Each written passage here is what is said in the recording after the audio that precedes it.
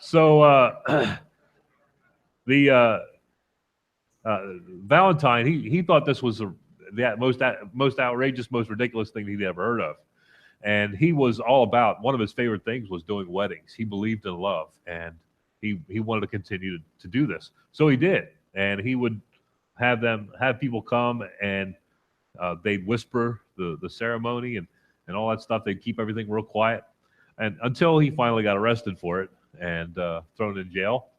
And even when he was in jail, there would be couples that would come to the jail window, and he would actually perform very quiet ceremonies outside of his jail window illegally, uh, to get let people get married.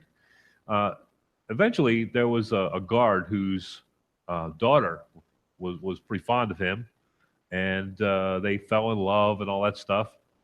And eventually, it came time for him to uh, get off with the head, kind of thing. He was martyred for his faith and for his beliefs.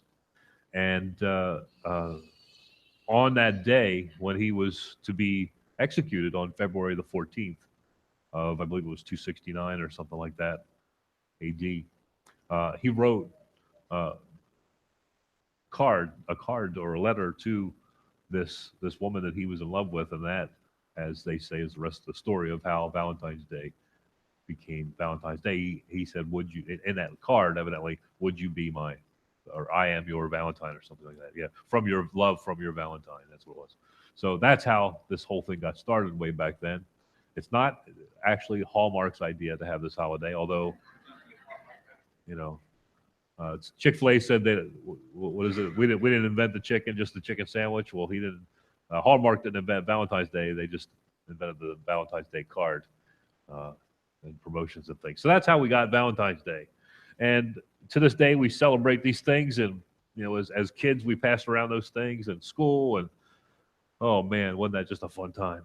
I don't know about you, but and now it becomes even more fun as we take this day and celebrate our love for each other. So as I was thinking about that, and I've been thinking about doing this for a couple of weeks now. Some things transpired over the last couple of weeks that I'm going to integrate into what we say here, and we'll see how God does some stuff. Sound good?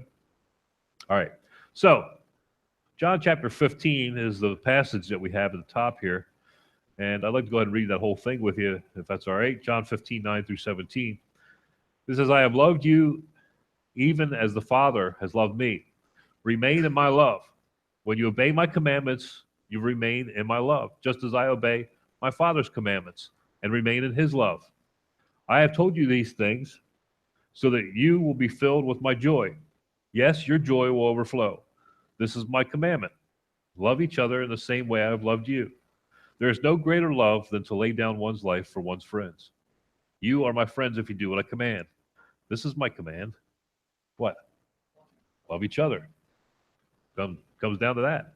It's pretty simple. If you love God, if you want to love God, then follow what He says.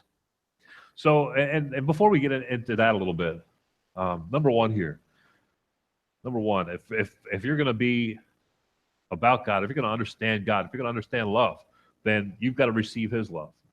That's the very first thing you've got to do, because God created love, right? He's the author of it. He's the one that knows all about it.